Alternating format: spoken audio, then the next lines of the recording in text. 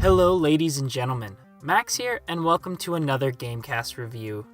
Today I'm reviewing the top-down roguelike hack-and-slash game Asura, starting off, as always, with gameplay. Each playthrough is a procedurally generated affair with 5 floors for you to fight through. Each run starts you off with basic weapons and a randomly generated skill, or Shasta tree. The game has 3 weapon types, melee, ranged, and magical. Melee works best versus ranged enemies, and vice versa. Both attacks and dodging use up stamina, and enemies deal a brutal amount of damage, so it's important to maintain your moves. Defeating an enemy presents the choice of absorbing or scavenging their remains. Absorbing contributes to your experience bar, while scavenging brings gold and the chance of an item. You only have a limited amount of time to decide, so choose wisely. Leveling gives you 1 skill point to place in a skill tree.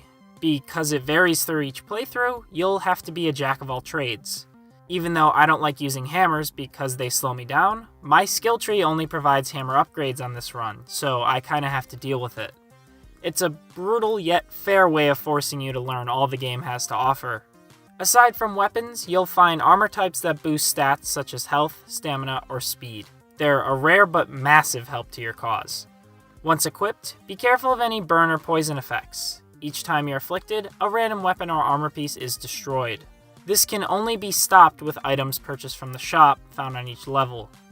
These shops are essential for success, with random weapons, potions, and more helpful items for sale. I'd recommend focusing on weapons and items that replenish health, as it'll drain before you know it. Even through my many deaths, I was still discovering new weapons and skills. This variety contributes more than enough to that one more game feeling and wanting to try out a new skill every life. I was surprised at how different each playthrough could be based on this alone, not to mention the game's multiple unlockable characters, each with their own traits. Next up, story. The story of Asura is based deeply on Indian mythology. In it, Asura means demon. As a child, the overpowering Devan Empire came and ransacked your village looking for sacrifice. They choose you. Only death isn't your fate. Instead, you come back to life as a demon with the intention of revenge on the Devan Empire for what they did to your family and home. In between each level is a small story about the upcoming race you'll face, each of which is a sect of the evil empire. The story is presented to you in an opening cinematic made out of gorgeous hand-drawn images. Unfortunately, that's about it. The game sets you up with this really deep lore, and while there is definitely one to draw from, it's never really explored past these short spurts. I really do wish there was more storytelling in the game, but that's about it. Each of the 5 floors have their own palettes, though they don't differ too much aside from a standard color swap. This isn't a knock on the game, however. The standard style is a good representation of ancient times, with the hieroglyphics to prove it. Also, as previously mentioned, the hand-drawn cutscenes are one of the best parts of the game. The style reminds me a little bit of the Avatar: The Last Airbender kind of style, which I really dig. I just wish there were more of them. The game's slightly cartoonish look offsets how brutal the experience is, sorta like Diablo, but it fits. Each victory results in a satisfying screen shake and spurt of blood. Shooting arrows and smashing enemies has never sounded better. Thuds, chunks, and smacks are loud and appropriate. A resounding thematic soundtrack backs the adventure, with each drum boom giving me that much more confidence. Quality of life touches like this are spread throughout the game, resulting in a tight experience that's fun to play regardless of anything else.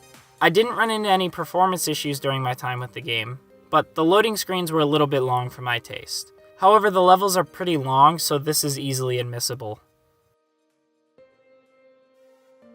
Without a doubt, Asura is some solid fun. The refined gameplay and constant drip feed of new skills and items provide that feedback loop these roguelites need to succeed. Dying meant nothing but a chance to experience something new. The game's difficulty is high, but fair. Mastering the dodge roll is a challenge in and of itself, but once I got it down, my life expectancy increased tenfold, as did my enjoyment of the game. I'd give the game an easy, worth-a-buy recommendation. It's a well-built roguelite with tens of hours of content easily. And for the low price of $10 US, I almost feel like this is a steal. Thanks for tuning into the GameCast review of Asura. I hope it provided useful to you. Don't forget to check out our other content on the channel, and those who want to check me out can find my links in the description. Thanks again for watching, and stay tuned to GameCast for all your gaming needs.